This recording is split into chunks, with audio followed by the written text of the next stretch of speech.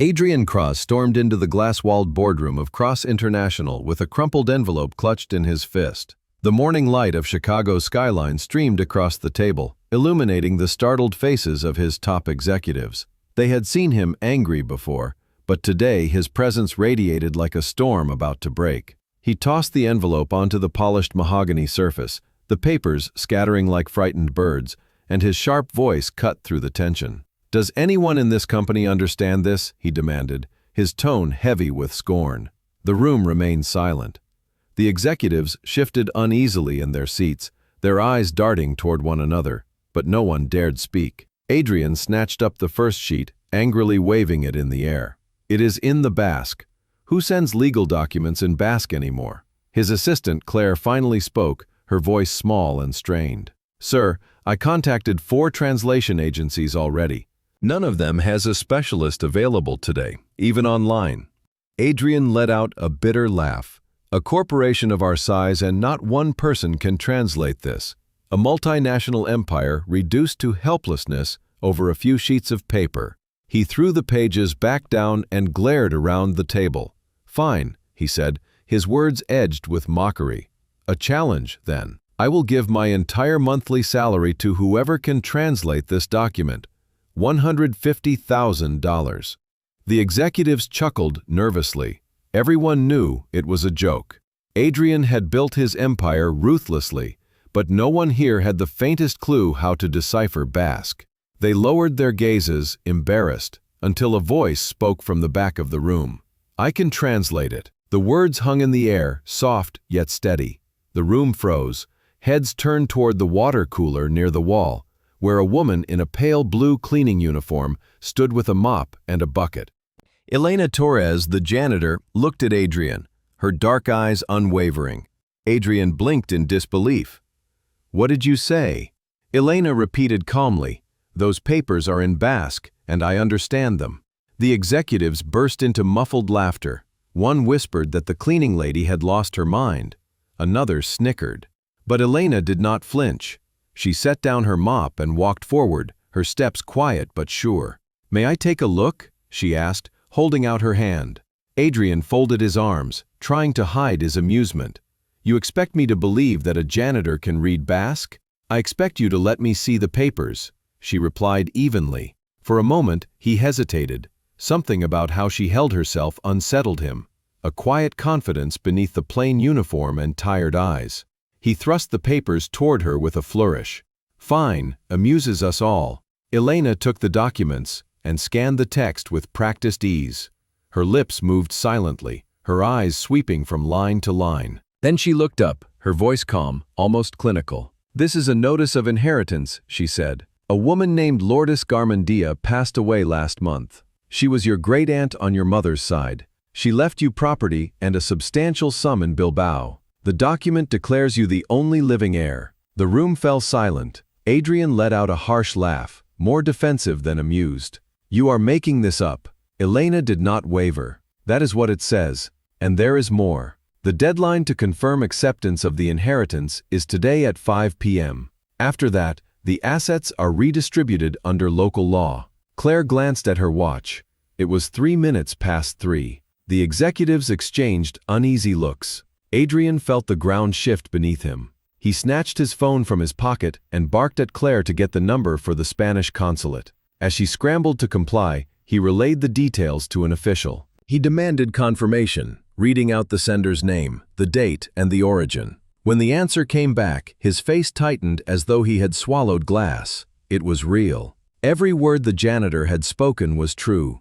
Adrian Cross was speechless for the first time since taking the helm of his empire. He set the phone down slowly, his mind racing. Elena added that I can translate the remainder and prepare the reply without hesitation. But I will need a computer. Silence followed. Adrian studied her, torn between disbelief and reluctant respect. Claire escorted her to my office. "Give her everything she needs." Elena turned to leave, but Adrian's voice stopped her. "Wait, I will pay you. Name your price." She met his gaze without fear. "Just the amount you already offered." His brows knitted. "What do you mean?" She straightened. "Your salary for the month. $150,000. A collective gasp spread through the room. Adrian froze, his own words returning to haunt him. He had thrown the challenge as a mockery, never expecting anyone to take it seriously. He tried to brush it off. That was a joke. Elena's tone remained cool. I took it seriously, and I saved your inheritance. Contest it if you want, but I am not asking for a penny more. The silence was heavy. Adrian's jaw clenched. Something unfamiliar stirred in his chest, a strange mix of frustration and admiration. At last, he scribbled a check and pushed it across the table. Elena folded it carefully and slipped it into her pocket with a quiet thank you before leaving the powerful CEO and his boardroom stunned. That night, Adrian could not stop replaying the moment in his mind. The janitor who had translated the Basque in minutes, the calm defiance in her eyes, the dignity in her voice, and the humiliation he had felt. He told himself it was pride, nothing more, but he knew there was something else, deep down. A curiosity he could not ignore. The next morning, at exactly 9 o'clock, Adrian found himself in the basement storage room where cleaning supplies were neatly stacked. Elena was organizing bottles on a shelf, her hair tied back in a simple bun. She did not look surprised to see him. "Mr. Cross," she said evenly, "do you need something?" Adrian leaned against the doorframe, arms crossed. He asked how you would like to work as a freelance interpreter for the company. "We deal with international clients constantly." Elena paused, a rag still in her hand. "Freelance? You would keep your current job, but whenever we need translations, we call you. Paid per project." Her expression hardened. "On one condition." Adrian raised a brow. "Condition? You tell me." Elena's gaze was steady. "No humiliation, no treating me like a mascot. If I accept, I want to be treated as a professional, nothing less." Adrian's lips curved in the faintest of smiles. "Deal." "Then I accept," she replied, returning to her work as if nothing extraordinary had happened. 3 days later, Elena sat in the 10th floor meeting room alongside the company's official translators. A French import firm had come to negotiate contracts. James, the senior translator, confidently began the session. However, when the French client asked about compliance, James mistranslated, claiming the client inquired about ISO standards. Elena interjected politely. "Actually, he is asking about origin, traceability, and environmental compliance." James bristled. "I have spoken French for 15 years. Elena met his glare calmly. "And I lived in France." He said conformity environmental. The client, who understood some English, nodded with relief. "Exactly, merci madame." The room shifted. For the rest of the meeting, Elena corrected errors precisely, never showing arrogance, only accuracy. By the end, the French delegation left satisfied, shaking her hand warmly. James departed in silence, his pride in tatters. Adrian watched from the end of the table, hiding his smile. The janitor had once again proven herself indispensable. That evening, Adrian lingered in his office long after sunset. He could see the city glittering below from the window, but his thoughts remained on Elena Torres.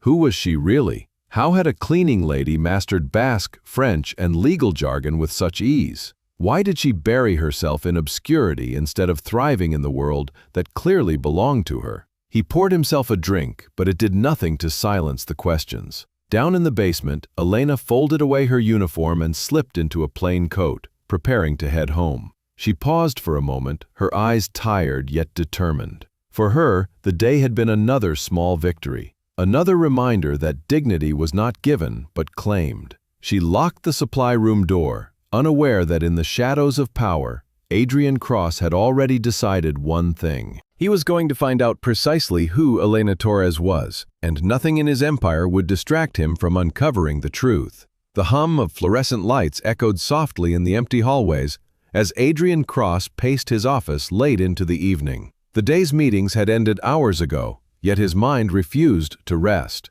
Whenever he tried to focus on financial reports or market expansions, his thoughts returned to Elena Torres, the janitor who had dismantled his arrogance with a steady gaze and flawless translation. The woman who had demanded $150,000, not out of greed, but sheer principle. He swirled the amber liquid in his glass, watching the city lights shimmer in the reflection. Adrian had always believed power was measured in numbers, contracts, and the deference of others. Yet Elena had not flinched before him, not once. She had looked at him as if he were not a billionaire CEO, but simply another man who had made a foolish promise, and she had held him to it.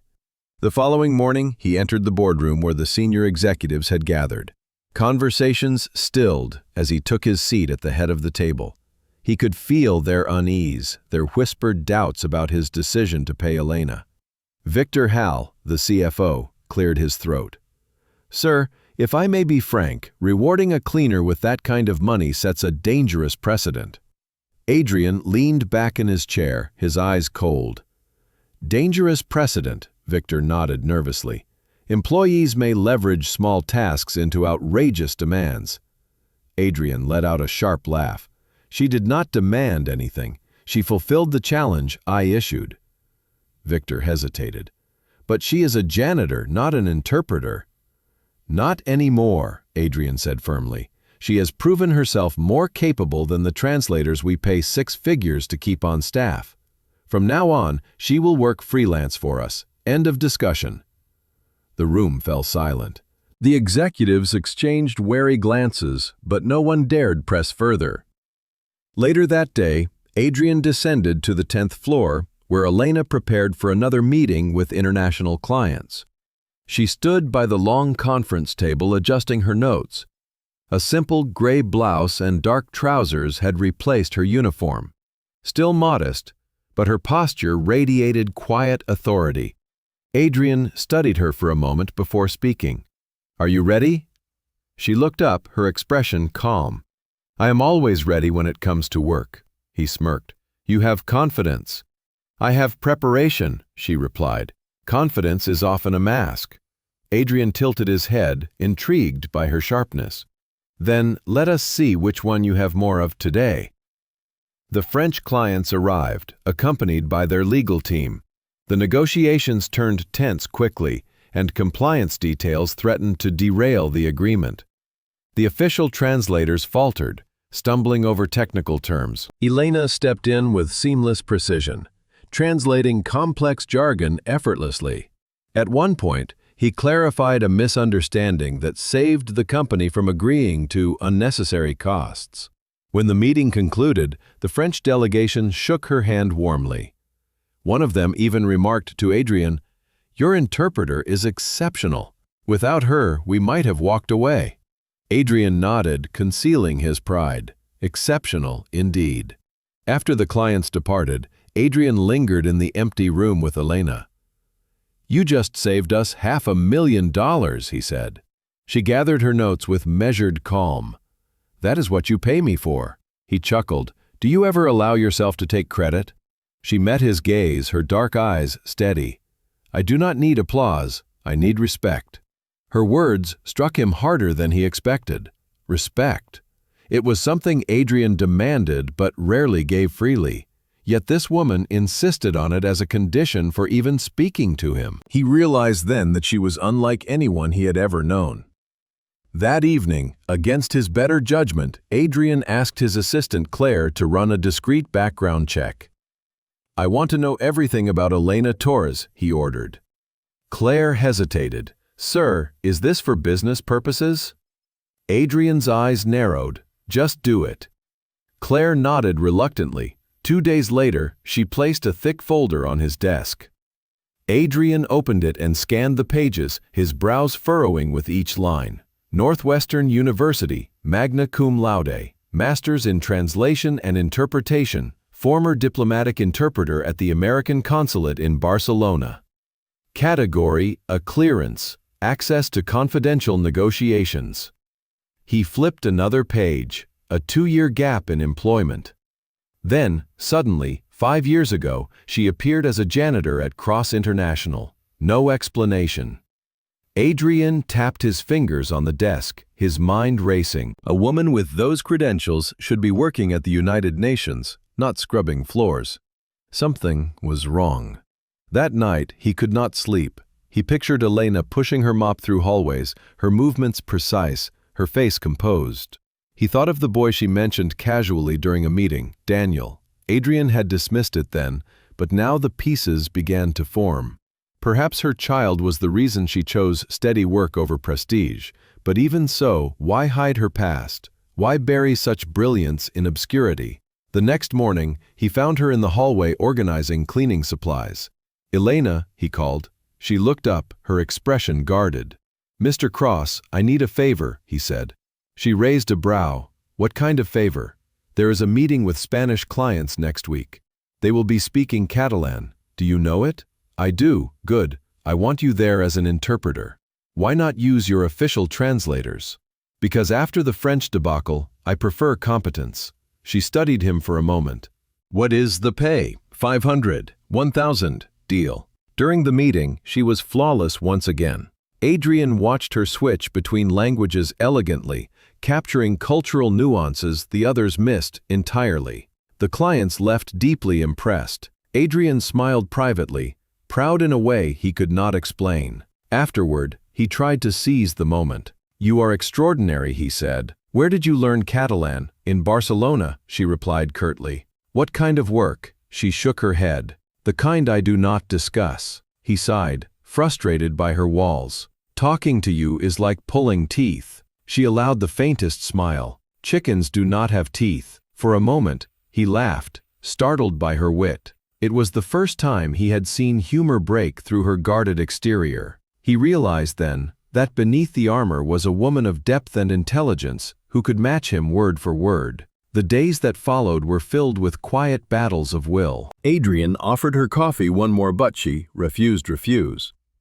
"I do not drink company coffee. It is from Starbucks." "Still no." "Why not?" "Because I do not want to owe favors." He stood there with 2 cups in his hands, feeling strangely foolish. Another time he offered her a position expanding the translation department. She cut him off before he finished. "Number. You do not even know what I was going to say. The answer is still no." He clenched his jaw. "You are impossible." She replied evenly, "I value my independence." Despite her resistance, Adrian found himself drawn further in. He admired her discipline, her dignity, the way she never once allowed herself to be treated as less. Yet he also felt the sting of rejection, a sensation unfamiliar and unwelcome. He was accustomed to getting what he wanted, and Elena Torres was the first to deny him without hesitation. Late one evening, Adrian drove through the neighborhood where his assistant said she lived. The houses were small and worn, the streets lined with rusted fences and broken sidewalks. He parked across from a modest house with peeling paint and a weathered porch.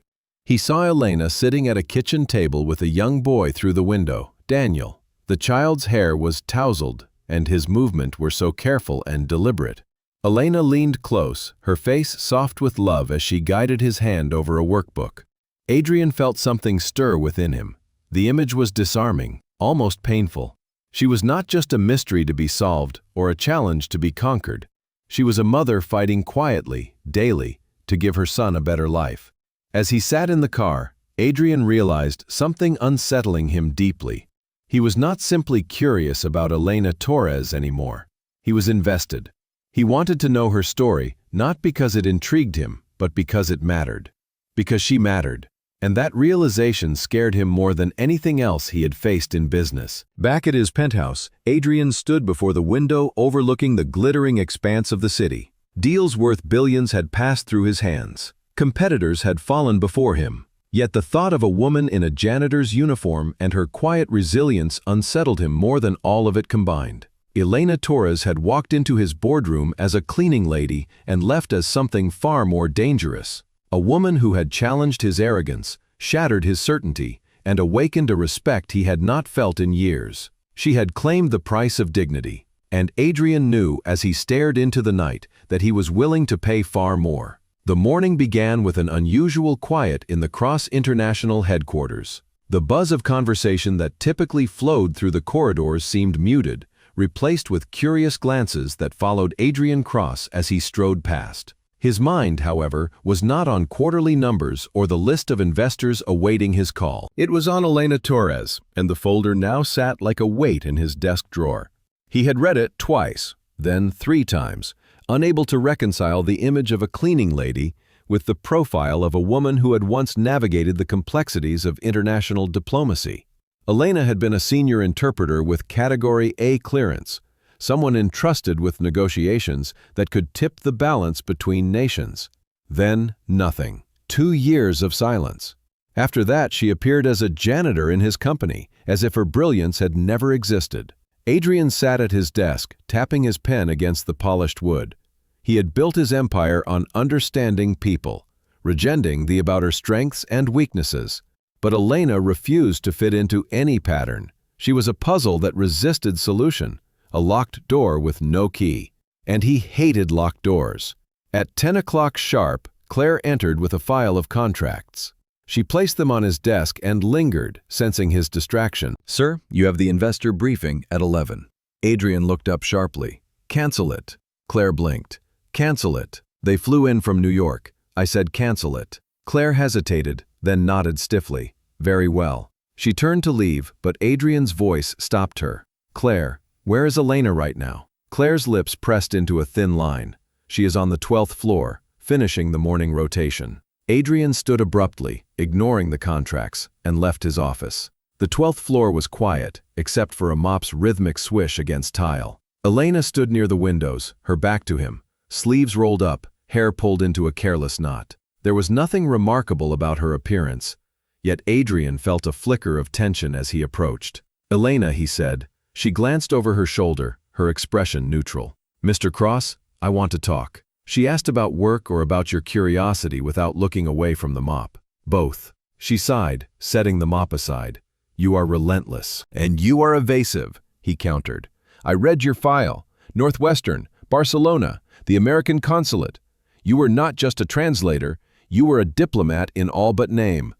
Why are you here cleaning my floors?" Her jaw tightened. "That file does not tell the whole story." "Then tell me." She met his gaze directly. "Number. Because the truth will only make things harder for both of us." Adrian stepped closer. "Harder is irrelevant. I want answers." Elena's eyes flickered with something sharp, almost dangerous. "Do you always believe you are entitled to people's secrets?" "Just the secrets that matter, and you matter." For the first time, he saw her composure falter. Her lips parted slightly as if to speak, but then she closed them again. After a long silence, she said softly, "Some truths are heavy, Mr. Cross. Too heavy for someone like you, who has never had to carry anything but ambition." Adrian stared at her, struck by the quiet sting in her words. He wanted to argue, but before he could, she picked up the mop again and resumed her work as if the conversation had ended. He turned away frustrated, but deep inside a growing determination took root. That evening, he found himself in his penthouse overlooking the glittering expanse of the city. The silence of his home felt hollow. For the first time in years, he found no satisfaction in the numbers flashing across his laptop screen. Deals, profits, growth, they all seemed insignificant compared to the enigma of Elena Torres. 3 days later, the enigma deepened.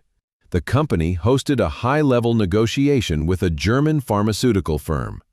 Adrian insisted Elena join the meeting, despite protests from Victor Hale. She sat quietly at the side of the table, her notepad open, her expression calm. When the German spoke in rapid technical language, the official translator stumbled. Elena stepped in seamlessly, clarifying the terms, correcting misinterpretations, and rescuing what could have been a failed deal. By the end of the session, the German delegation requested Elena personally for all future communications. Adrian could not hide his satisfaction as Victor's jaw tightened in frustration. After the meeting, Adrian approached Elena in the corridor. "You just secured a multi-million-dollar partnership," Elena replied, without breaking stride. "No, I simply translated." "You underestimate yourself, and you overestimate me," she said firmly. Her dismissal stung, But he noticed something else in her eyes, a flicker of weariness, the kind that comes not from work but from life itself. He filed it away in his mind, another piece of the puzzle. That night, Adrian asked Claire to dig deeper, look for anything during those 2 missing years, anything at all. Claire hesitated. "Sir, are you sure this is wise? It is necessary." 2 days later, she returned with a thin packet, her expression uneasy. "I found something, but it is not conclusive." Adrian took the papers. They revealed scattered news clippings from 5 years ago, buried in obscure legal reports. Whispers of a whistleblower at Atlas International, a global consulting firm, someone who had accused the company of laundering money through shell contracts. The whistleblower's identity had never been confirmed, but Adrian felt the pieces falling into place. He stared at the faintly blurred photograph in one article. A woman leaving a courthouse, her face partially hidden by her hand. The posture was unmistakable. It was Elena. Adrian set the papers down slowly, his thoughts racing. If she had gone against Atlas International and lost, it would explain everything. The ruined career, the silence, the retreat into anonymity. He leaned back in his chair, realization tightening his chest. Elena Torres was not hiding from incompetence. She was hiding from survival. The next morning he confronted her. She was polishing the glass doors of the lobby when he approached. "Elena, I know." She froze.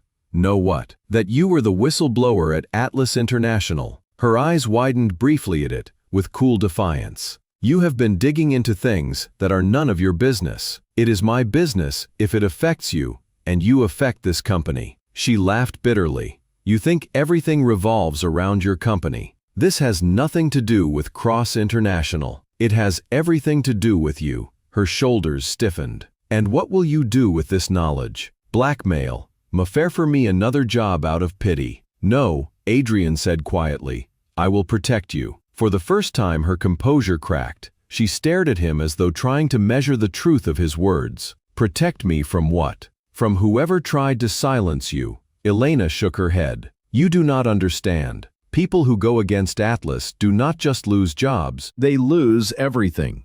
They destroy reputations, careers, families. And you think your empire is untouchable? But you have no idea what power the company wields." Adrian stepped closer. "Then let them try." Elena's eyes darkened. "You are reckless, and you are too careful." The words hung between them, charged and dangerous.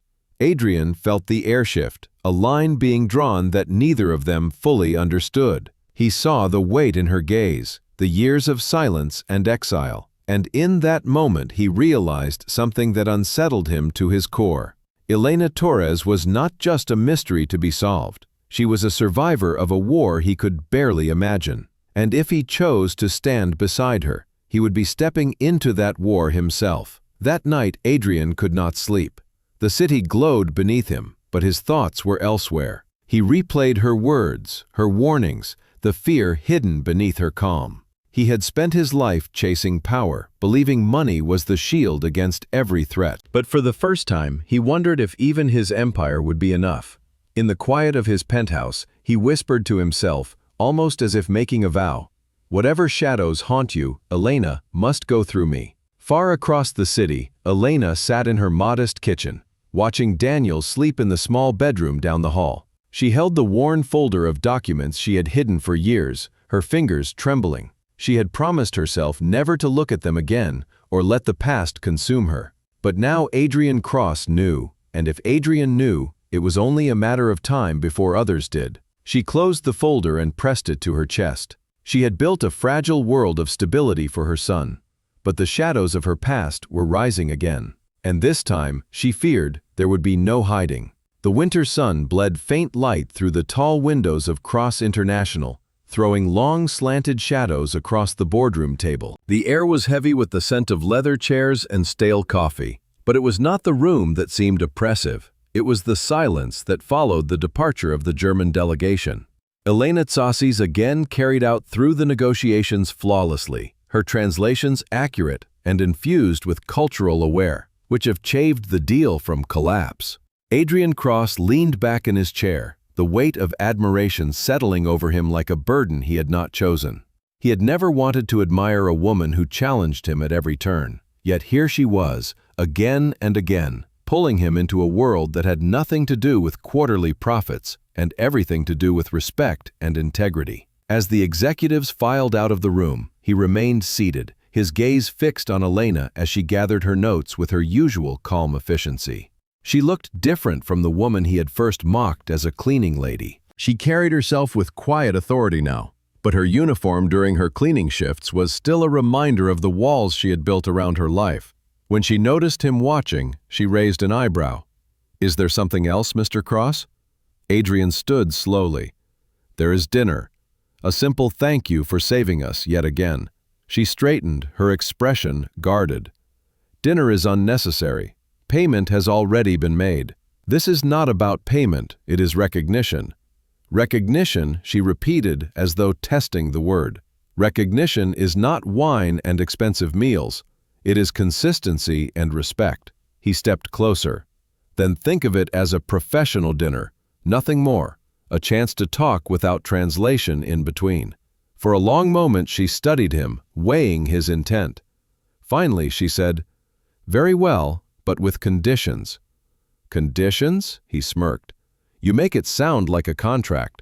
"Exactly," she replied. "I will wear what I choose, I will leave if I feel uncomfortable, and it will not be a date." His smirk widened. "Agreed." Saturday evening found Adrian waiting at Le Bernardin, one of Chicago's most exclusive restaurants. He wore his best tailored suit, polished to perfection, the image of power and wealth. But when Elena entered the door 15 minutes late, his breath caught in his throat. She wore a simple black blouse, dark jeans, and flat shoes. No makeup, no jewelry, yet she carried herself with more grace than anyone else in the room. "You look very nice," he said, rising to greet her. "Thank you," she replied evenly. "Sorry I was late. Parking took longer than expected." The maitre d' led them to a table in the center of the room. Adrian noticed how other diners glanced at Elena, some curious, others dismissive. She seemed unaffected, scanning the menu with quiet concentration. "Wine?" the waiter asked. "Red," Adrian said. "And for the lady, water." The waiter hesitated before scribbling reluctantly. Adrian's jaw tightened at the slight, but Elena remained calm, her composure unshaken. The conversation began awkwardly but soon found rhythm. Elena spoke of literature and travel, the rhythm of Borges in Spanish and the beauty of Garcia Marquez's magical realism. She described the cadence of languages as if they were living beings. Adrian listened, captivated by her knowledge and the ease with which she navigated topics most of his executives would stumble over. But the evening shifted when a woman from a nearby table brushed past Elena, bumping her chair deliberately. "Oops," she said with a smile that did not reach her eyes. "Such a simple blouse. Are you an actress, or perhaps an escort?" Elena's expression remained serene. "Number, just here for dinner." The woman glanced at Adrian with a knowing look and walked away, whispering to her companion. Adrian heard the words clearly. Escort. Too obvious. His blood boiled. He stood and approached the woman's table. "Do you have something to say about my guest?" The woman's smile faltered. "I beg your pardon. Are you suggesting she is a prostitute? Because if you are, I will correct you.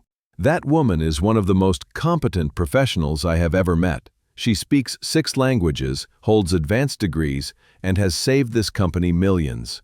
The woman's cheeks flushed crimson. "I never said she did not need to. Your tone said it for you." He returned to his table, leaving the woman trembling. "You did not have to do that," Elena said quietly when he sat back down. "Yes, I did. I am used to that kind of thing. Well, I am not, and I will not let it slide." She studied him momentarily, her eyes softer than he had ever seen them. "Why not?" "Because it is wrong. Because you do not deserve it. Because you matter." The words slipped out before he could stop them. Silence fell between them, heavy and fragile. Elena looked away. "I think we should go." They left the restaurant silently, the cold night air biting against their skin. On the sidewalk beneath the glow of the street lamps, she finally spoke. "Thank you for dinner. And for standing up for me. There is no need to thank me." "Yes, there is. It has been a long time since anyone did that." Adrian looked at her, her face illuminated by the pale yellow light. Vulnerability shimmered in her expression, and before he could stop himself, he leaned in and kissed her. For one fleeting second, she did not move, then her hand cracked sharply against his cheek. The sound echoed through the quiet street. "What the hell do you think you are doing?" she demanded. I am sorry. It was instinct. Reflex." She laughed bitterly, the powerful CEO kissing the cleaning lady. What a lovely soap opera. It is not like that. It is exactly like that. She turned and strode to her car. "Rosie, weight, number. You proved all men are the same." He watched helplessly as she drove away, his chest burning with regret. On Monday morning, Elena arrived at the building at her usual time. She greeted the guard, collected her supplies, and began her work without looking in Adrian's direction. She was gone from the basement when he sought her out at 9:15. At 10:30, he found her cleaning windows on the 20th floor. "Rosie, please, can we talk?" "There is nothing to talk about." "There is. I acted like a fool." "I agree, and I accept your apology. Now we can move on." "Move on? As if nothing happened. Can we go back to the way it was?" "This is how it was, Mr. Cross." The wall between them was higher than ever. Meanwhile, in a boardroom on the 35th floor, 3 executives sat in quiet conspiracy. Victor Hale adjusted his glasses, his expression grim. "We have a problem." Richard Reed nodded. "The cleaning woman, Elena Torres. She is getting too much attention." Olivia Kane, the head of HR, folded her hands. "She attends important meetings, translates for clients, and is clearly of interest to Adrian. That is a risk to the company." Victor leaned forward. "She has access to contracts, clients, internal discussions. If she decides to use that knowledge against us, or if her personal involvement with Adrian goes wrong, it could destroy everything." "So, what do you suggest?" Richard asked. "Termination.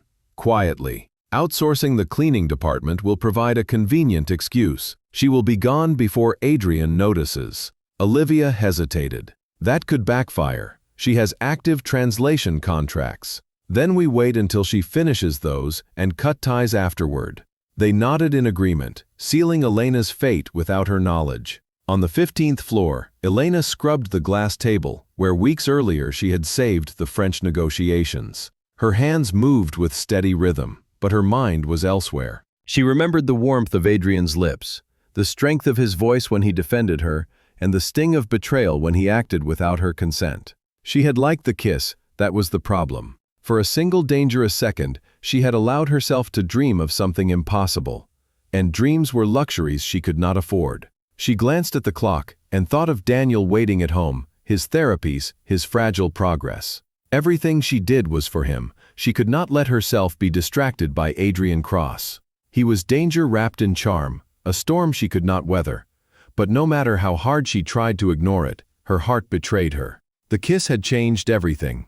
It was the kiss of division, the line that separated duty from desire, dignity from temptation, survival from surrender. And deep down, Elena knew the storm had only just begun. The first snow of the season drifted over Chicago like ash, dusting the skyscrapers in white silence. Inside Cross International, the mood was anything but serene. The tension between Adrian Cross and Elena Torres had begun to ripple through the building like an unseen current. Though neither spoke of the kiss, its consequences were felt in every sideways glance, every awkward pause when they crossed paths in the corridors. Adrian could not focus. His days were filled with meetings, and his nights with restless pacing. He had kissed her without permission, a mistake that haunted him. Yet, the memory of her hand against his cheek was less painful than the memory of her lips yielding for one fleeting moment before anger took over. That second of softness betrayed a truth he could not ignore. She felt it too, even if she would never admit it. Elena, meanwhile, buried herself in work. She took every cleaning shift offered, volunteered for last-minute translation assignments, and refused any personal contact with Adrian beyond the professional. She avoided his gaze during meetings, responded to his requests with clipped precision, and treated him as nothing more than her employer. But inside, she was shaken. She had spent years building a wall between herself and the world, a fortress designed to keep out pain and desire alike. Adrian's kiss had cracked that wall, and cracks, she knew, had a way of spreading until the whole structure collapsed. What neither of them knew was that the walls of Cross International were hiding a far greater danger. In the 35th floor conference room, long after most employees had left for the evening, three figures sat in hushed conspiracy. Victor Hale, Chief Financial Officer, removed his glasses and polished them with slow deliberation. Richard Reed, Chief Operating Officer, leaned against the table, his eyes sharp with calculation. Olivia Kane, Head of Human Resources, sat stiffly, her hands clasped in her lap. "The problem grows by the day," Victor muttered. "Adrian's obsession with that woman is interfering with his judgment." Richard snorted. "Obsession or not, she has wormed her way into places she has no business being. Boardroom meetings, high-level negotiations, confidential discussions. She is a janitor." "Not anymore," Olivia said quietly. "She is an interpreter now, and apparently a damn good one." "That is precisely why she is dangerous," Victor said. "She has seen contracts, heard sensitive negotiations, interacted with clients. If she chooses to use that information, she could cripple us." Olivia frowned. "And what do you propose? We cannot fire her without cause." Richard's lips curled into a thin smile. "Cause can be created. Outsourcing the cleaning department will be enough. She will be swept out with the rest." Victor shook his head. "Too obvious. Adrian would fight it." "Then we must be patient," Richard replied. "Wait until she finishes her contracts. Then we remove her, quietly." The room fell silent, the only sound the hum of the heating vents. At last Victor said, "There was other matter. Atlas International." The name hung in the air like a curse. Olivia's eyes widened. "You think she is the one?" "The whistleblower." Victor confirmed. "It matches the timeline. The ruined career, the sudden disappearance. And now she is here, right under Adrian's nose." Richard's expression hardened. "If she is connected to Atlas, she is not just a liability, she is a threat." Victor leaned forward, his voice low. "Then we deal with her before she deals with us." The three exchanged grim nods, sealing a pact that would change the future of Cross International. The following week unfolded with deceptive normalcy. Elena spent her mornings cleaning and her afternoons translating. She avoided Adrian as best she could, though he found excuses to appear in places where she happened to be. Once he lingered outside the 12th floor conference room, pretending to take a phone call, just to watch her finish a translation session. Another time, he intercepted her in the lobby, offering to walk her to her car under the excuse of security. Each time she rebuffed him politely, firmly, reminding herself and him of the boundaries she had drawn. But Adrian was not a man easily deterred. His empire had been built on relentless pursuit, on refusing to accept the word no. And the more Elena resisted, the more determined he became. One evening, he followed her out of the building and saw her board a bus heading toward the west side of the city. He parked his car and trailed at a distance, curiosity gnawing at him. The bus rattled through neighborhoods of peeling paint and shuttered shops until Elena disembarked near a modest brick house. Adrian watched from across the street as she unlocked the door and was greeted by a boy who threw his arms around her waist. Daniel. The sight of her son pulled at something deep inside Adrian. He had expected a child, but not this. Daniel's movements were careful, his gestures repetitive, his and speech limited. Yet the way Elena knelt to meet him, the tenderness in her touch, the patience in her voice, revealed a love fierce enough to eclipse every hardship. Adrian sat in his car, unable to look away. For the first time, he understood why she had chosen obscurity over ambition. Daniel was her world, and she had built her life around his needs. But the image also filled him with dread, because he knew that if Victor and Richard discovered Daniel, they would not hesitate to exploit him. The next morning, Adrian summoned Claire to his office. "I want every scrap of information on Hale, Reed, and Kane. Financials, offshore accounts, anything." Claire hesitated. "Sir, may I ask why?" "Because I do not trust them, and I want to know what they are hiding before they try to use it against me." Meanwhile, Elena sensed the shift in the air. Whispers followed her in the halls. Stares lingered longer than usual. She found cleaning supplies missing from her cart, reports misfiled, her schedule inexplicably altered. Small inconveniences, but together they formed a pattern. Someone wanted her unsettled. One afternoon, Olivia Kane approached her in the break room. "Miss Torres, a word please." Elena wiped her hands on a cloth and nodded. Olivia's tone was smooth, but her eyes were sharp. "There have been complaints." "Complaints?" Elena asked. "About what?" "About your presence in meetings. Some staff feel uncomfortable with a janitor sitting in on executive discussions." Elena straightened. "I was invited by Mr. Cross." Olivia's smile was thin. "Be that as it may, perception matters. I would advise you to stay within the boundaries of your role." Elena met her gaze, her voice calm. "My role is what Mr. Cross defines it to be." Olivia's smile vanished. "Be careful, Ms. Torres. Ambition has consequences." Elena returned to her work, her mind whirling. She had survived worse than veiled threats, but the warning was clear. The walls were closing in. That evening, as she walked to her car, Adrian appeared at her side. "You should not walk alone at night. I can take care of myself." "I know you can, but that does not mean you should have to." She stopped and looked at him, frustration flickering in her eyes. "Why do you keep doing this?" "Doing what?" "Protecting me. Because I cannot help it." The admission hung between them, raw and undeniable. Elena shook her head, torn between anger and something dangerously close to longing. "I do not need saving, Mr. Cross. I need stability. For myself, for my son." He swallowed hard. "Then let me give you that." She turned away, her voice firm. "Stability is not built on impulse and attraction. It is built on trust. And right now, I do not trust you." She walked away, leaving him alone under the harsh glow of the parking lot lights. Adrian stood there, his heart pounding, knowing he was losing her, and somewhere high above, on the 35th floor, Victor Hale watched from a window, a thin smile curling his lips.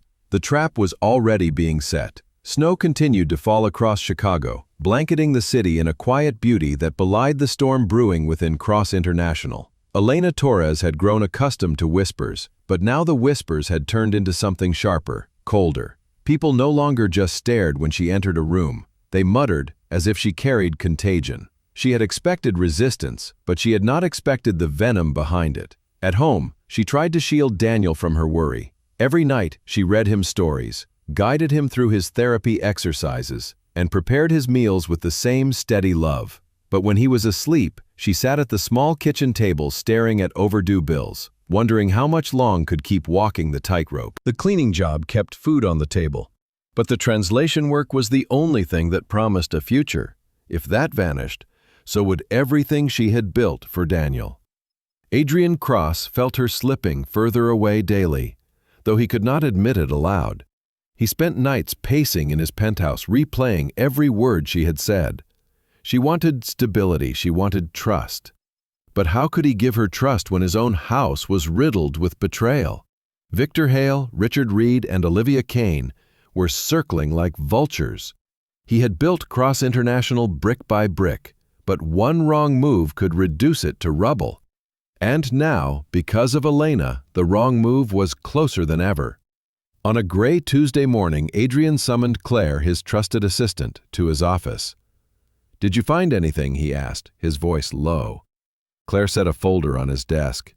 "More than I expected." Inside were records of secret accounts in the Cayman Islands, wire transfers disguised as consulting fees, and contracts signed with shell companies. Richard and Victor were siphoning money from international deals, millions disappearing into dark corridors of finance. Adrian felt a cold fury tighten in his chest, and Olivia Claire hesitated. She has been covering for them, altering HR files, burying complaints, rewriting performance reviews to shield their tracks.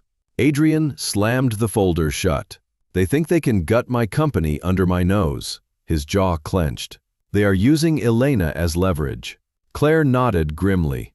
"Rumors are being spread that she has too much influence over you, that you are blinded by personal feelings. They are laying the groundwork to remove you if you do not remove her first." Adrian stood at the window, staring at the snow swirling over the city. For the first time in years, he felt the foundation beneath him shake. If he sacrificed Elena, he might buy himself time. But the thought was unthinkable. She had saved him once, and now he felt an obligation deeper than gratitude. It was more than obligation. It was something he could not yet name. Meanwhile, Elena's own past returned to haunt her. One evening after work, she found an envelope slipped under her apartment door. Inside was a single sheet of paper with no return address. 3 words written in block letters: "We remember you." Her hands shook as she folded the paper. She had hoped Chicago was far enough from the wreckage of her former life. She had been wrong. Meridian Global. The name tasted like ash in her mouth.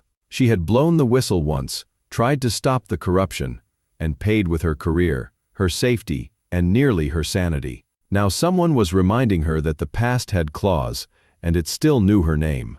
The next morning, Elena forced herself to go to work as if nothing had happened. But every corner of the building felt different. Every elevator ride, every meeting room, every shadow in the hallway seemed to hold eyes watching her. When she entered the executive floor to deliver translated documents, she heard Richard's voice carrying through the corridor. "A cleaning lady with access to contracts worth billions.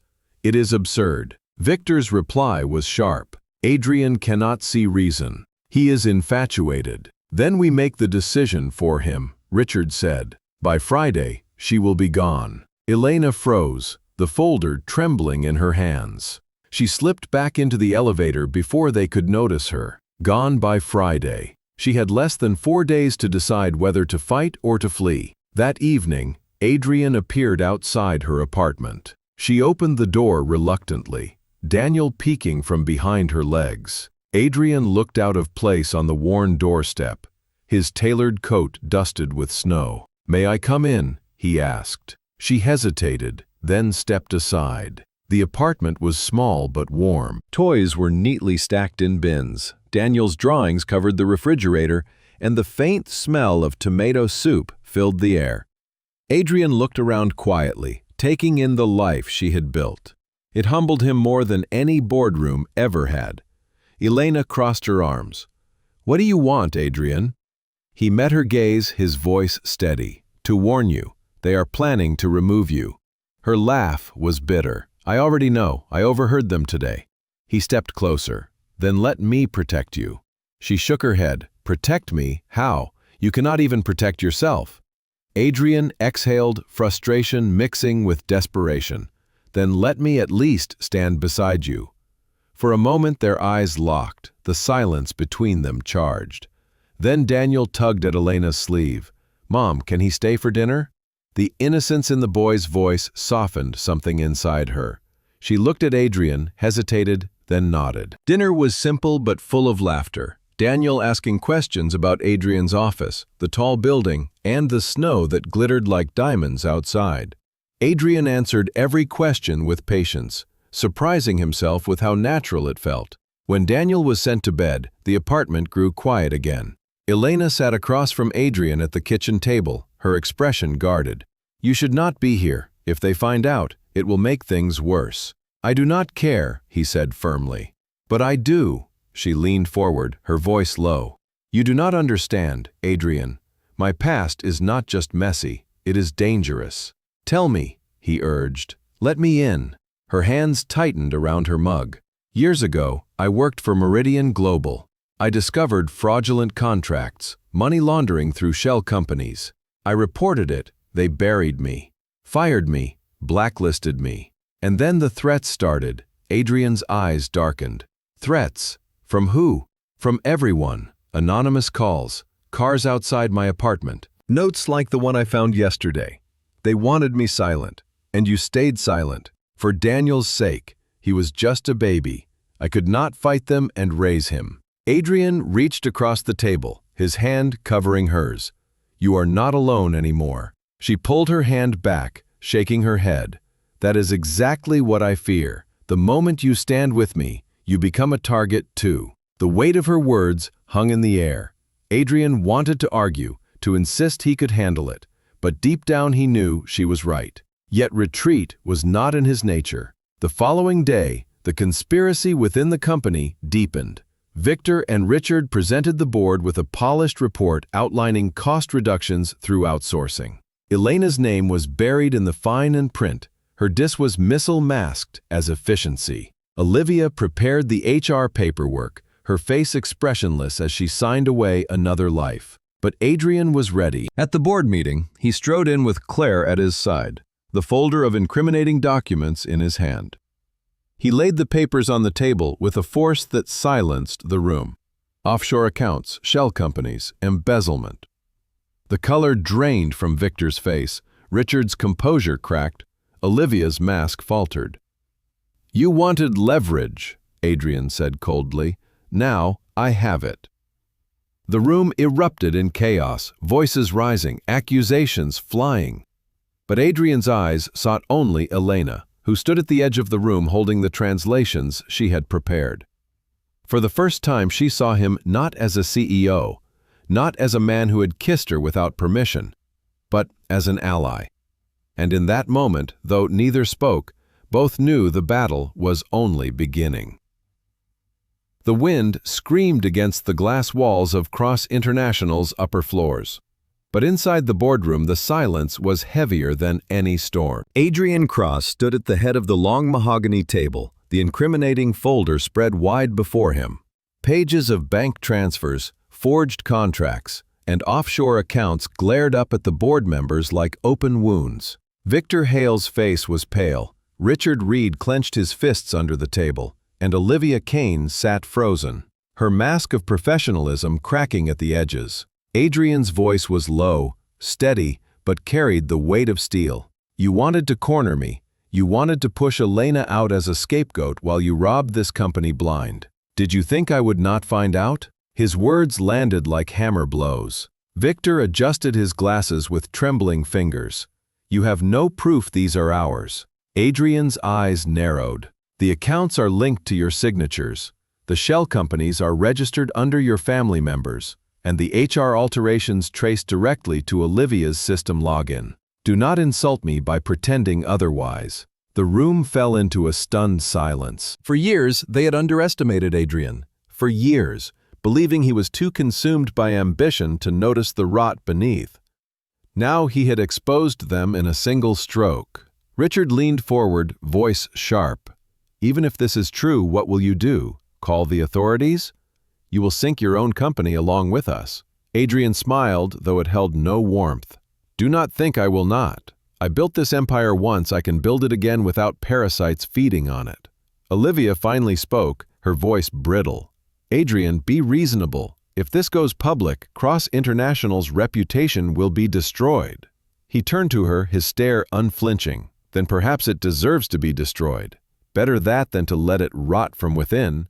Before anyone could respond, the door opened quietly. Elena stood there, documents clutched in her hands, unaware she had entered Tettlefield. The room shifted, every eye turned to her, some with contempt, others with fear. Richard's voice dripped venom. "And here is the cause of all this chaos." Elena froze but did not back away. She looked at Adrian, searching for an anchor. He gave a slight nod, a silent assurance. Victor sneered. "You see, this is exactly what we mean. She walks in here as if she belongs. A cleaning lady meddling in matters far above her." Elena's voice was calm, though her hands trembled. "I was asked to deliver these translations, that is all." Richard rose from his seat, his face dark.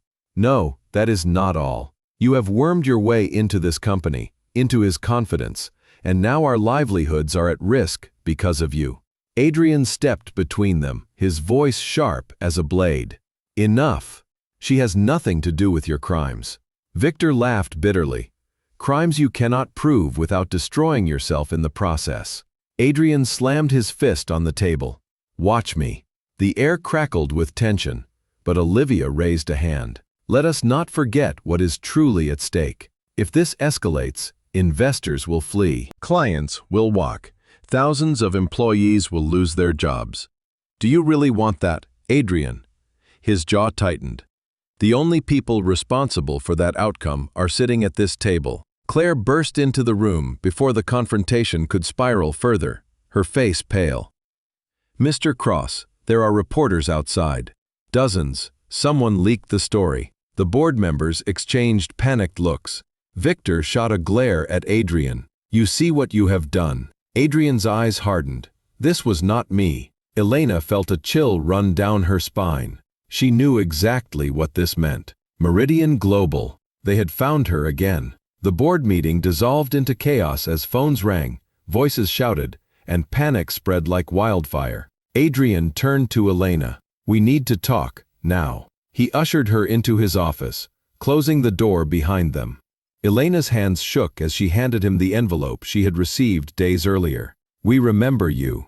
She whispered the words as if they were poison. Adrian read the note, his jaw tightening. Meridian. She nodded, her eyes glistening. They will not stop, Adrian. They destroyed me once. They will not hesitate to do it again. He stepped closer, his voice fierce. Not this time. You are not alone anymore. But she pulled away, shaking her head. Do not you see that is precisely the problem? As long as I am here, you are in danger. Your company, your career, your life. He caught her wrist gently, forcing her to meet his eyes. I have faced down rivals, governments, entire markets. Do you think I will run from them? Because of me, you might have to. Because of you, I finally have a reason to fight for more than money. Her breath caught, the weight of his words breaking through the walls she had built. For a moment, silence filled the room, charged and unspoken. Then a knock at the door shattered it. Claire entered, her voice urgent. The board has called an emergency vote. They want to suspend you, Adrian. Effective immediately. Elena's heart sank. Adrian straightened, his expression carved from stone. Let them try. Minutes later, he stood again in the boardroom, facing the people who had once been his allies. James Morrison, the senior partner, cleared his throat.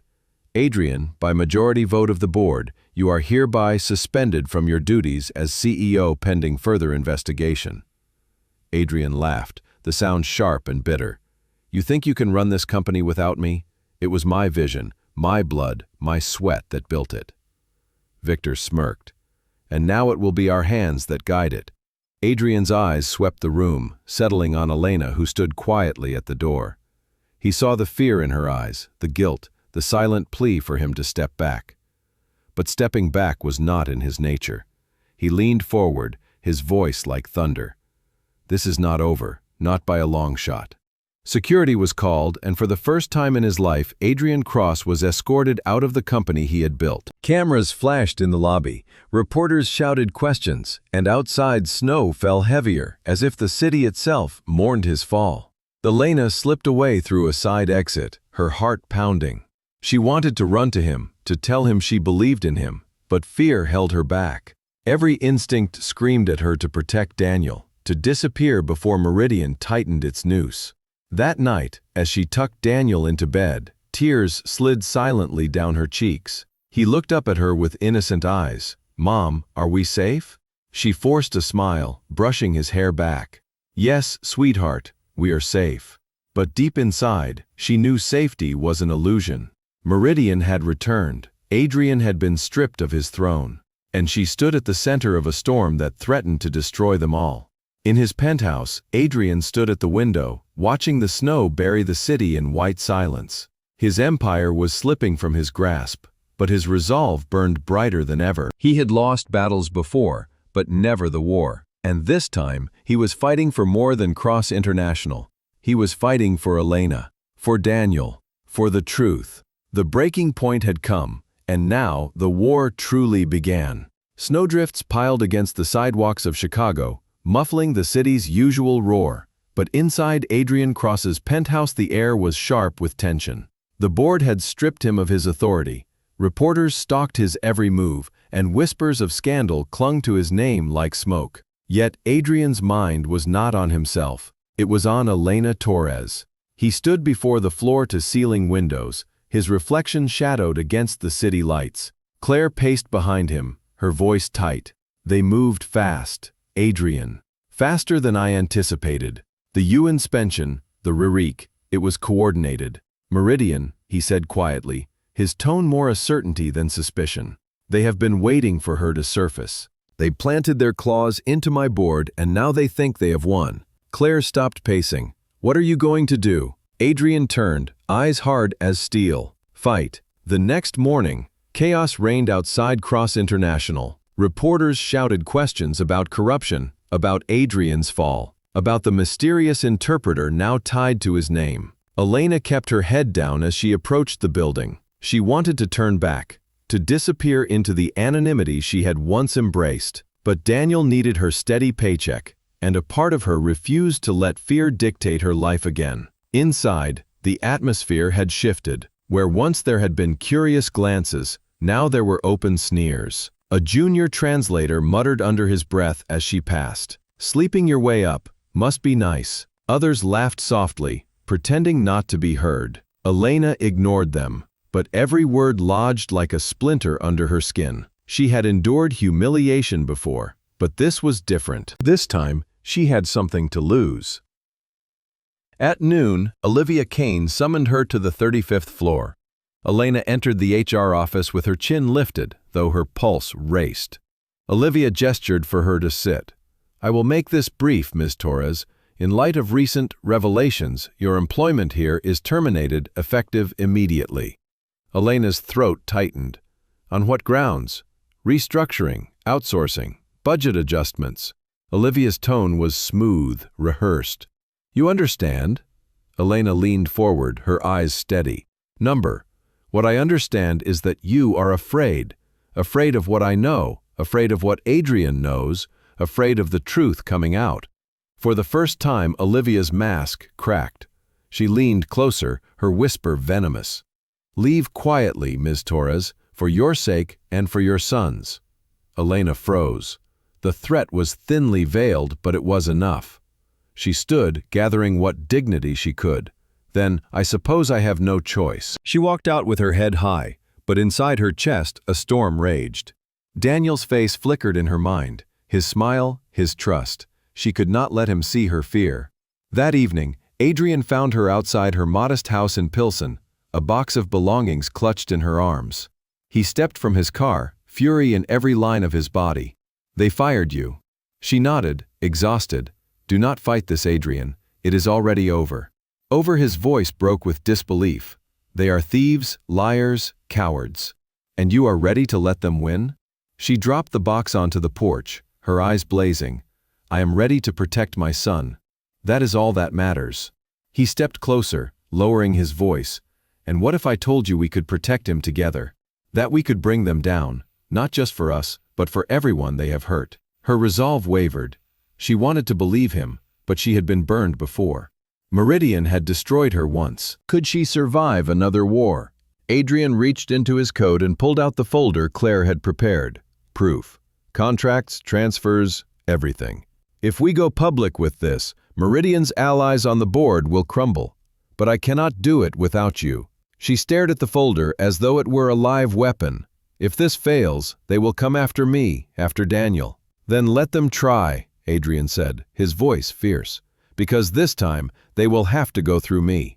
Silence stretched between them, heavy with choices neither wanted to make. Finally, Elena whispered, if we do this, there is no turning back. Adrian's gaze did not waver.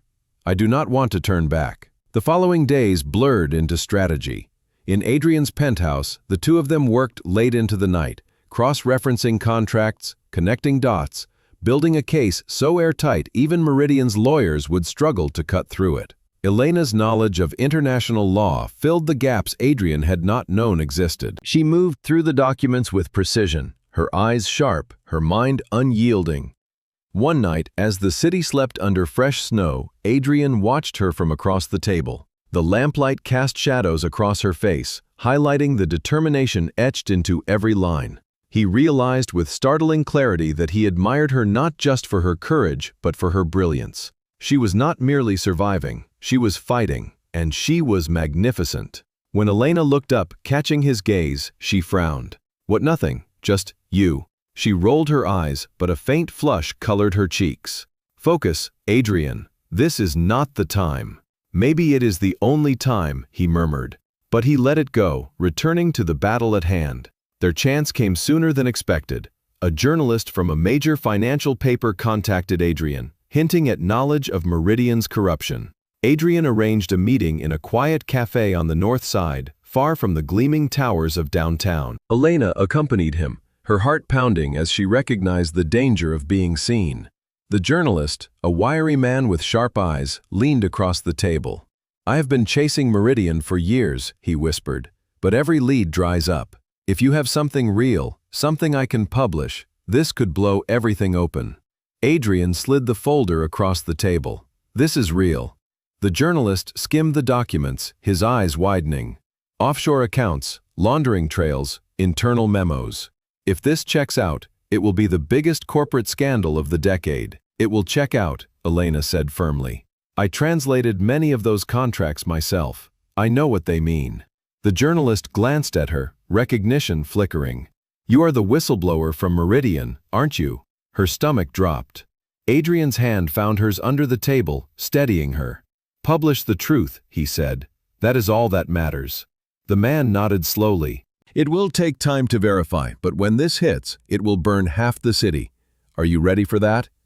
Elena's voice trembled, but she forced the words out. "I have been ready for years."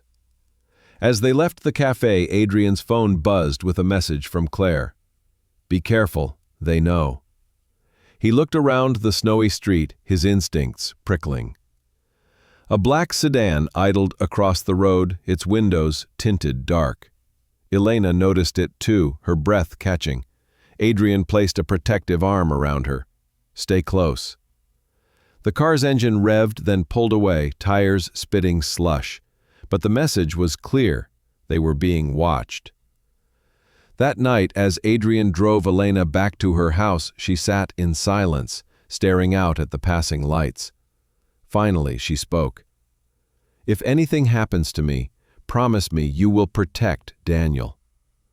"Do not talk like that," Adrian snapped. "Nothing is going to happen to you. Promise me." He gripped the wheel tighter, his jaw set.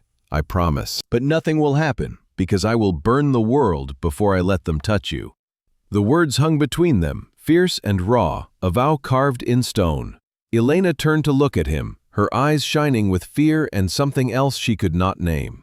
For the first time in years, she dared to believe that maybe she was not alone in this fight. In the distance, the city loomed like a battlefield waiting to ignite. The war for truth had begun, and there would be no retreat. The storm broke on a Monday morning. Newspapers across Chicago carried the same headline in bold black letters. Meridian Global accused of massive fraud and money laundering. Beneath it ran a series of damning subheads that spread like wildfire across the internet. Whistleblower resurfaces. Cross-international board implicated. Billions at stake. Elena Torres sat at her kitchen table with a cup of untouched coffee, her hands trembling as she scrolled through the article on her phone. They had used her name. Not just her name, but her face. A photograph from years ago when she worked at the consulate in Barcelona. Young, confident, full of hope. That version of herself stared back at her like a ghost.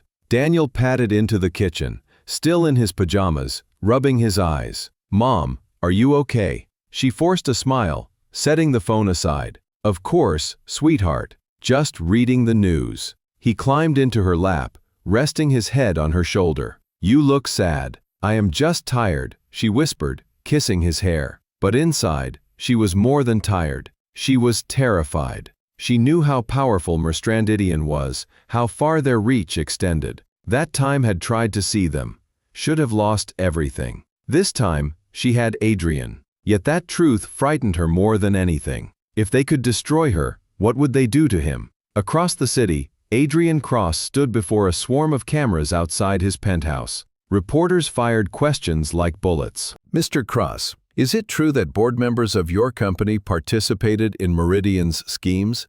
Did you knowingly employ a whistleblower accused of misconduct?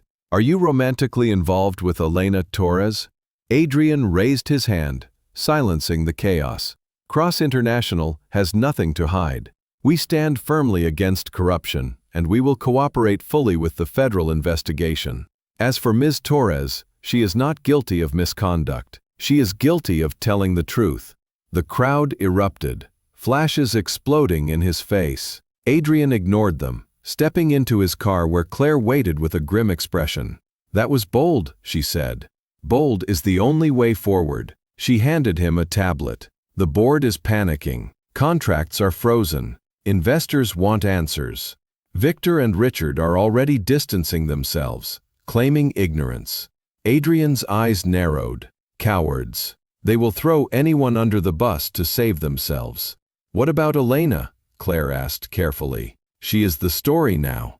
Adrian stared out the window as the car moved through streets clogged with snow and protesters. "Then let her be, because the more people see her, the more they will know the truth." But Elena was not celebrating her vindication. That afternoon, as she left Daniel's school, she noticed the same black sedan idling near the corner. Her chest tightened. She clutched Daniel's hand and hurried down the block, but the car pulled slowly into traffic behind them. "Mom, why are we running?" Daniel asked, his voice confused. "We are not running, sweetheart, just walking faster." When they reached home, Elena bolted the door and pulled the curtains tight. Her phone buzzed with a message from an unknown number. "Stop now, or next time it will not just be warnings." Her knees buckled, but she caught herself against the wall. She had been here before, hunted by Stat Haddos. The difference was that now she had more to lose. She called Adrian. He answered on the first ring. "What is it?" His voice was sharp, urgent. "They know where I live," she whispered. "They are watching me." "I am coming," he said, and hung up before she could protest. Minutes later, his car screeched to a halt outside her house. Thunderous up the steps, his face thunder. "Pack your things. You and Daniel are coming with me." "Adrian, no," Elena said, blocking the door. "If we leave now, they will know you are protecting me. They will use it against you. They already have." He met her eyes, fierce and unyielding. "But I am done letting them control the game." Something inside her cracked, the part that had carried the weight of survival alone for so long. She stepped aside, letting him in. Within an hour, a loaded ver was loading Daniel's backpack and Elena's small suitcase into the trunk. Daniel beamed, unaware of the danger. "Are we going on a trip, Mom?" Elena forced a smile. "Just staying somewhere safer for a little while." At the penthouse, Daniel marveled at the view while Adrian and Elena retreated to his office. She paced the room, her nerves frayed. "This is madness. They will twist this, say I am manipulating you. Let them." Adrian's voice was, "People said that in everything fire. Every ever built it could not be done. Every time I took a risk, they said I was finished. And every time I proved them wrong." Elena stopped pacing, her voice trembling. "This is not just business, Adrian. This is life and death." He closed the distance between them, his voice softening. "Then let us face it together." For a heartbeat, she let herself believe him. She saw the truth in his eyes, the conviction that had built an empire, now directed entirely at her. But fear still wrapped around her heart like chains. The following morning, the war escalated. Federal agents raided Meridian's Chicago office, hauling out boxes of evidence. News channels broadcast live footage, and analysts dissecting every detail. Protesters gathered outside, demanding justice. But inside Cross International, Victor Hale and Richard Reed plotted their counterstrike. Seated in Richard's sleek office, they whispered like core. Victor hissed, "Fred, animals." "If Adrian ties us directly to Meridian," Victor hissed. Richard leaned back, his smile cold. "Then we tie him to her." Elena Torres. Richard's eyes gleamed. "She is the weak link. A cleaning lady turned interpreter turned whistleblower. Easy to discredit. We paint her as a manipulator, someone seducing Adrian to advance her own agenda." Victor hesitated. "And if it backfires, then we burn them both." By evening, tabloids splashed lurid headlines across their covers. "Billionaire CEO under spell of disgraced translator." Social media erupted with speculation, some praising Elena as a hero, others branding her a con artist. Adrian smashed his phone against the wall when he saw the stories. "They are coming after you," he told her, fury in his voice. She sat on the sofa, her shoulders slumped. "Let them. I have survived worse." "No," Adrian said, kneeling in front of her. This time you will not face it alone." She looked at him, torn between gratitude and fear. "What if they destroy you because of me?" "Then let them try." His voice was steady, his eyes unwavering. "Because what they do not understand is that I am not afraid of losing everything. I am so scared of losing you." Her breath caught, and for the first time she could not look away. The flames of scandal had exposed them, but in the firelight something undeniable burned, that night, as the city braced that night for the fallout, Elena stood at the penthouse window watching the snow fall. Adrian approached quietly, his reflection beside his silent, both aware that the days ahead would bring trials neither could. The first time, Elena did not feel alone. For the first time in the storm, the world had set its fire on them, and together they would decide whether to be consumed or to rise from the ashes. The city was restless, the kind of restlessness that seeped into every street corner, every news broadcast, every hurried whisper in coffee shops. Chicago had become the stage for a war between giants.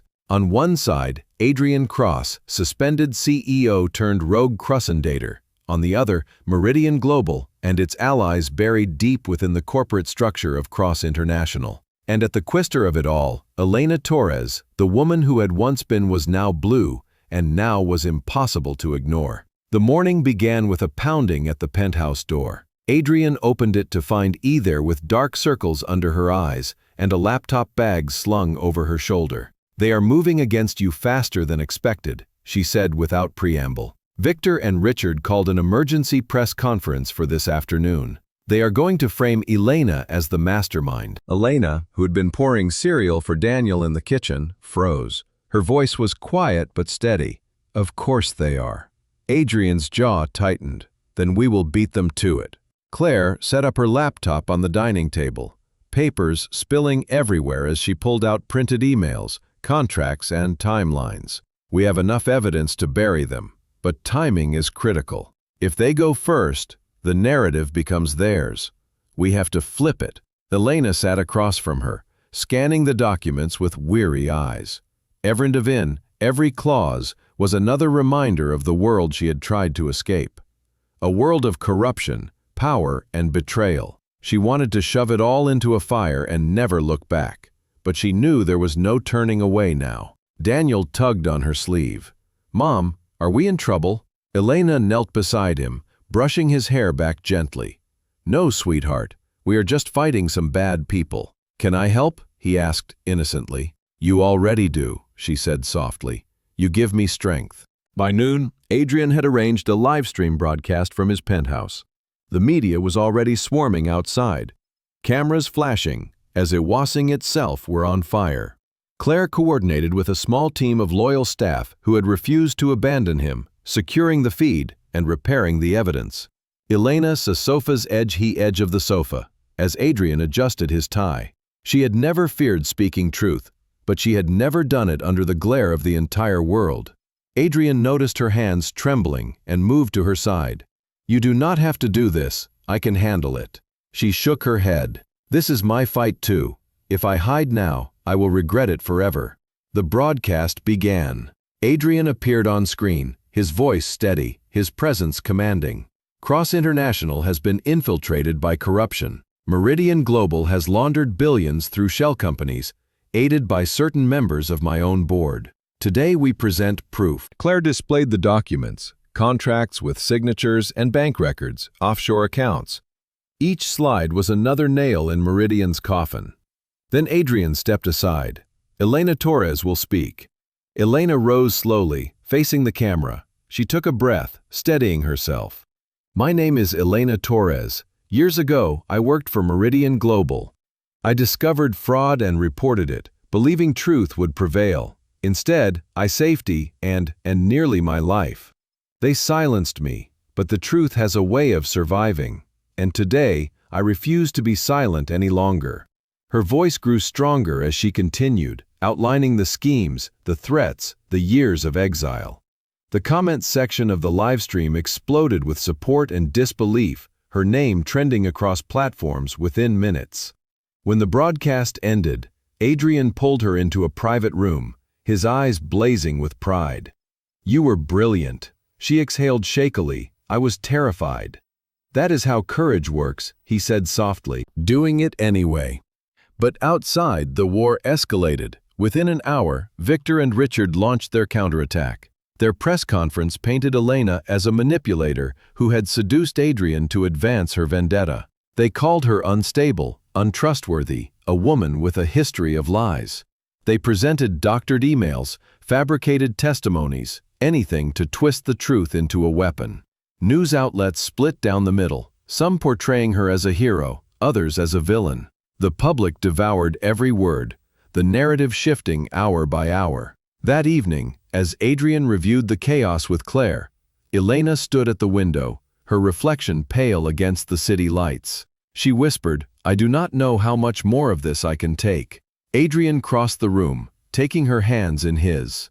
"We will endure, together." But togetherness came under siege. 2 nights later, the penthouse was breached. The building's security system blared alarms at midnight, startling Daniel awake. Adrian rushed to the control panel, cursing under his breath. The feeds showed masked men in black moving through the parking garage, disabling cameras as they went. "Get Daniel," Adrian ordered. Claire, lock down the elevators. Elena grabbed her son, clutching him tightly as panic surged through her veins. She had known this day would come, but knowing did not make it easier. Adrian pulled a gun from a hidden drawer, his face grim. "Stay behind me, the intruders 2521st, the 21st floor before security intercepted them." Shots rang out, echoing through the building. Adrian ushered Elena and Daniel into a panic room hidden behind a panel in his study. The steel door sealed shut, muffling the chaos outside. Elena clutched Daniel to her chest, her heart hammering. Adrian stood guard, every muscle tense. After what felt like hours, the noise subsided. Claire's voice crackled over the intercom. "They are gone. Police are on their way." Adrian opened the door, his eyes blazing with fury. They crossed a line. Elena's voice trembled. "They always cross lines. That is why they are dangerous." He turned to her, his voice fierce. "Then we take the fight to them."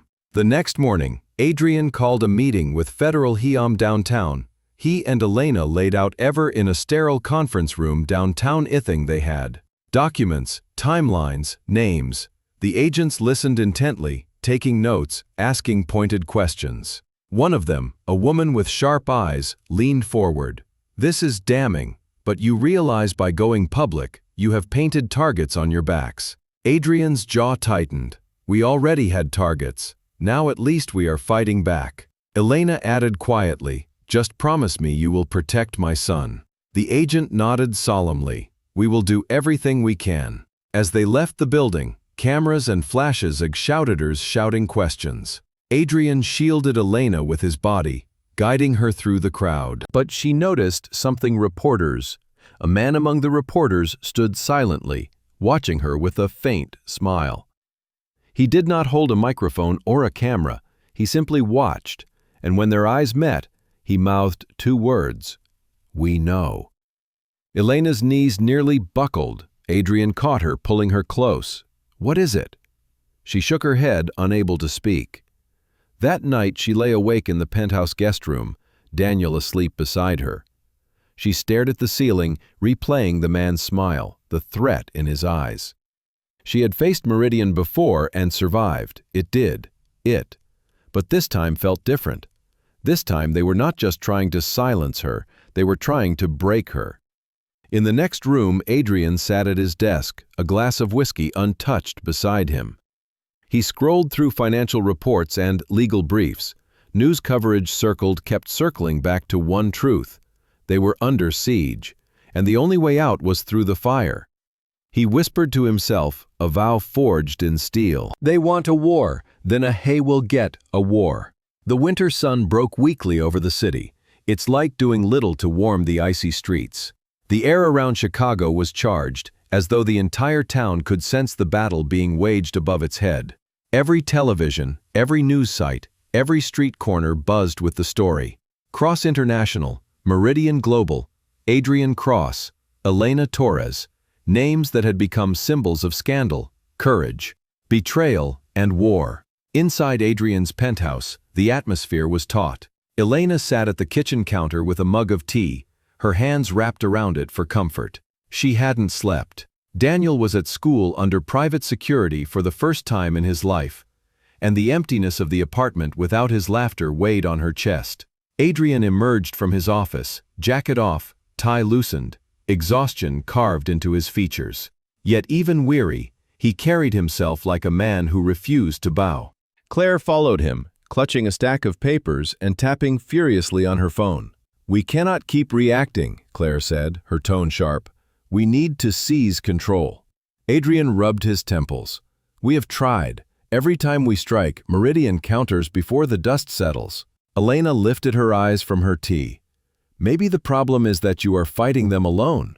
Both Adrian and Claire turned to her. "What do you mean?" Adrian asked. Elena set down her mug and stood. "Meridian is too big. They have people everywhere. But you are not the only one they have hurt. There are others. Whistleblowers, employees, smaller companies they strangled into submission. You keep trying to fight them with money and poi you need is people." Claire blinked, considering the words. "A coalition." "Exactly," Elena said. "If we bring together everyone they have silenced and destroyed, the weight of their voices will drown Meridian's lies."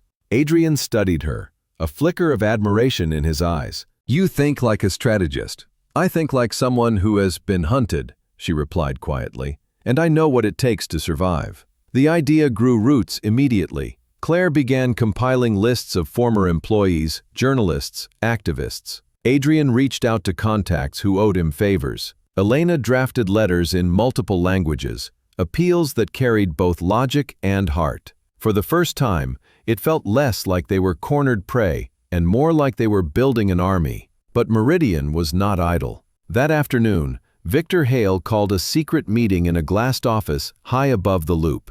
Richard Reed and Olivia Kane sat with him, their faces tense. Across from them sat a man no one dared name aloud, a fixer for Meridian, whose presence alone was a threat. "This needs to end," Victor muttered. "Adrian is a problem, but the woman is worse." The fixer's voice was calm, his smile unnerving. "Then perhaps it is time we remove her from the equation." Richard stiffened permanently. The fixer did not answer, but his silence was answer enough. Olivia shifted uncomfortably. "If anything happens to her, Adrian will unleash hell." The fixer leaned forward. "Hell only matters if he lives to see it." The meeting ended without further words. The decision had been made. Back at the penthouse, Elena worked late into the night, her laptop open beside piles of documents. Adrian returned from a call with federal investigators, loosening his tie and pouring a glass of water. He watched her silently for a moment, her hair falling loose around her shoulders, her brow furrowed with determination. "You do not stop," he said finally.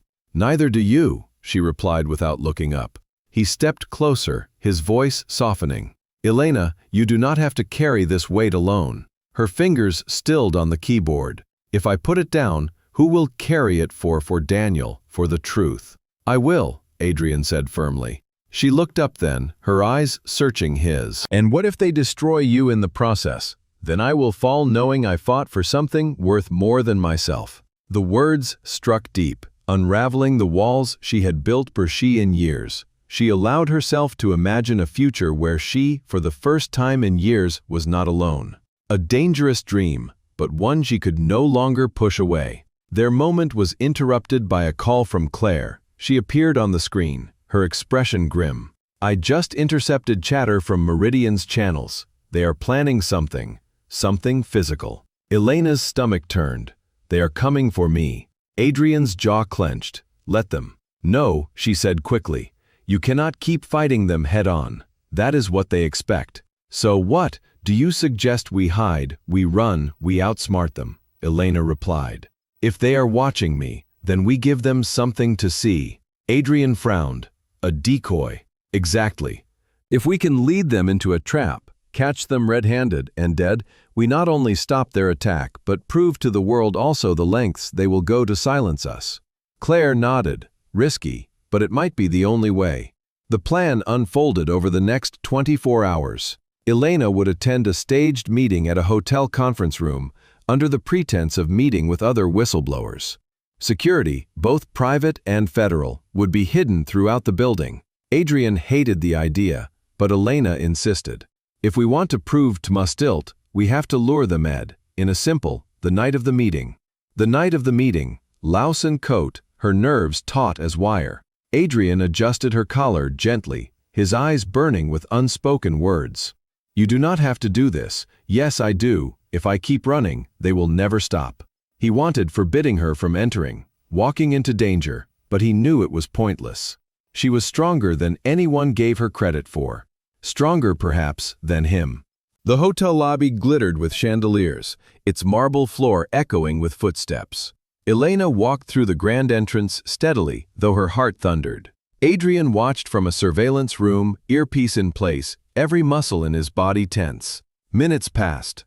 Elena entered the empty conference room, a folder of documents clutched in her hands. She placed them on the table, feigning calm. Then the door opened. Two men stepped inside, their movements sharp, deliberate. Not businessmen, not journalists. Predators. Adrian's pulse spiked. Move in, he ordered into the earpiece. Now. The men advanced toward Elena, one reaching inside his coat. But before he could draw, armed agents flooded the room, shouting commands.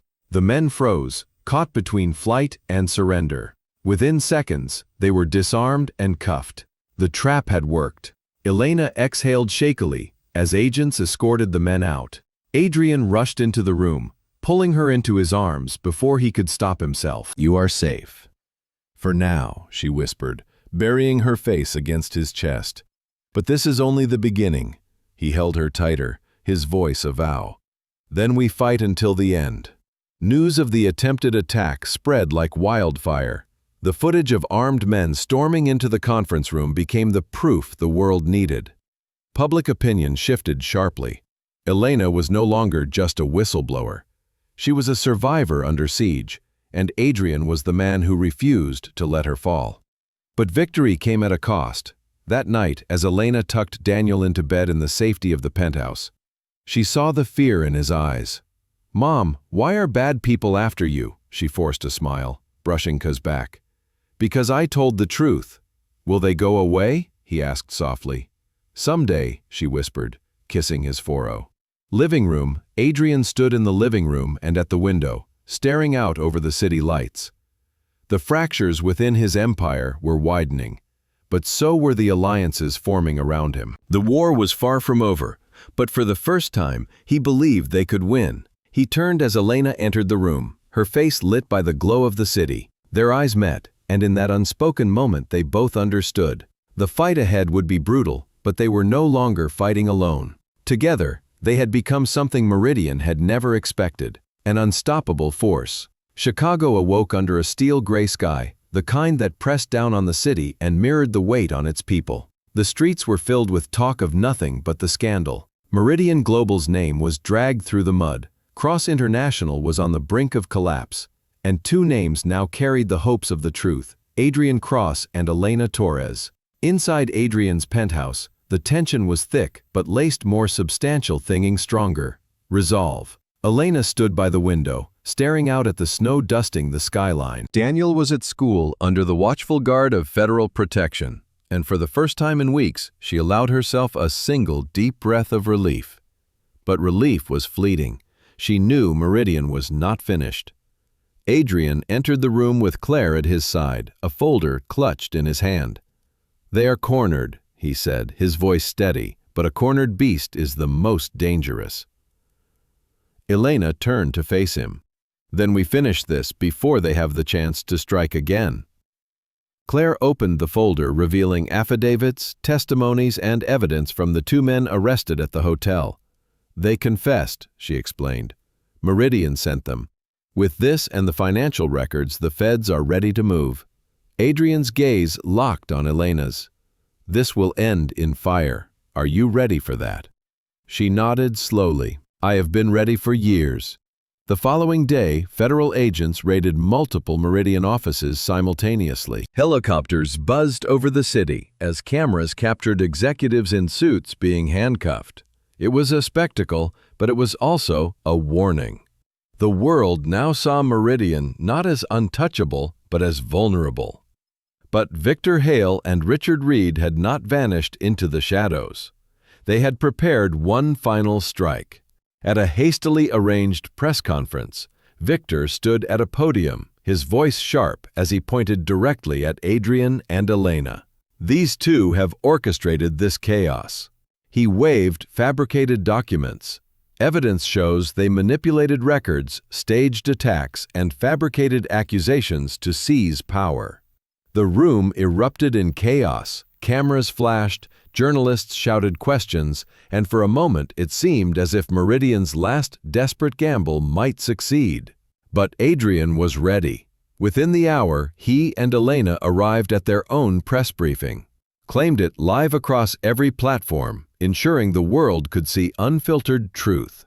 Adrian stood tall, his voice resonant. "They call this fabricated." He held up signed confessions, time-stamped video evidence, and verified financial audits. Lies do not stand against proof. Then he stepped aside, and Elena walked to the podium. The room fell silent. Her voice was calm but unyielding.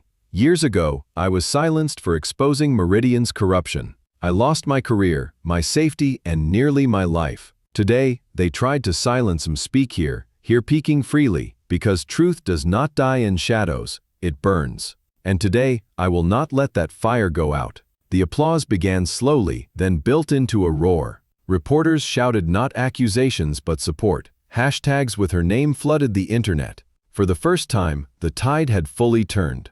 That evening, as the city buzzed with the aftermath, Elena returned to the penthouse, exhausted but lighter than she had been in years. Daniel ran to her, throwing his arms around her waist. "Mom, I saw you on TV. You were amazing." She laughed softly, tears brimming in her eyes. "Thank you, sweetheart." Adrian watched from the doorway, something tender in his expression.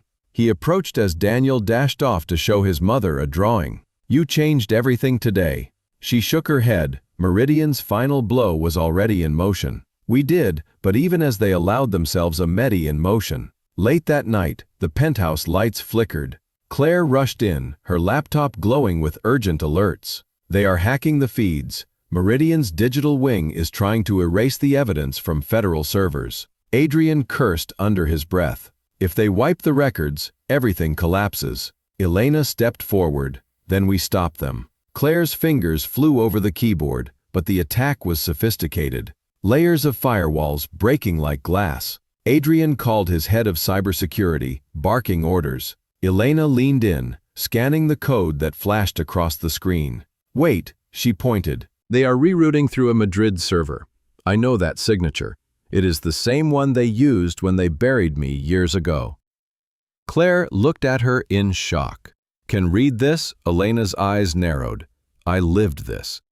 Together, the three worked into the night, tracing the attack, rerouting defenses, flooding the hackers with false data. Hours passed, sweat beading on their foreheads. But finally, Claire let out a triumphant cry. "We locked them out. The files are safe." Relief washed through the room. Adrian leaned back, exhaling heavily. "They tried to burn us down, but we still stand." Elena closed her eyes, whispering almost to herself, "Ashes into fire." The phrase lingered because that was what they had done. They had taken destruction and humiliation, fed them, and turned it into fuel. The following weeks brought a slow but steady restoration. Federal prosecutors built their case against Meridian with the evidence secured. Victor and Richard disappeared from the public eye. Rumors of extradition swirling. Olivia Kane resigned quietly, her career in ruins. Cross International, though battered, began to rebuild under Adrian's watchful eye. Investors returned cautiously, drawn by his unshaken determination. And Elena Torres, once invisible, became a symbol. Invitations to speak poured in from universities and organizations, even government panels. She declined, focusing instead to focus on Daniel and the fragile peace she had found. But she could not ignore the way strangers approached her now with gratitude and admiration and hope. One evening, weeks after the storm had quieted, Elena stood on the balcony of Adrian's penthouse. The city stretched before her, glittering under the night sky. Adrian joined her, 2 glasses of wine in hand. For the first time in months, there was no urgency in his movements, no fire in his tone. Only quiet. He handed her a glass and leaned against the railing. "So, what now?" he asked. She smiled faintly. "Now we live." "That sounds ordinary." "Ordinary is what I have always wanted," she said softly. "For me, for Daniel." He studied her for a long moment, then spoke quietly. "I never thought ordinary could sound so perfect." They stood together in silence, the city humming below, the scars of their battles still fresh, but no longing. Inside, Daniel's laughter rang out from the living room, the sound bright inside and unbroken. It was the sound of a future they had fought for, a future they had nearly lost but somehow reclaimed. Adrian turned to Elena, his voice steady but full of something unspoken. "You gave me more than truth, Elena. You gave me something to fight for." She met his gaze, her own eyes shining. "And you gave me something I thought I would never have again, a chance to be free." The city lights shimmered around them, but for the first time neither felt the weight of shadows. The war was over, the fire still burned. And from the ashes, they had built something more substantial than either had dared dream.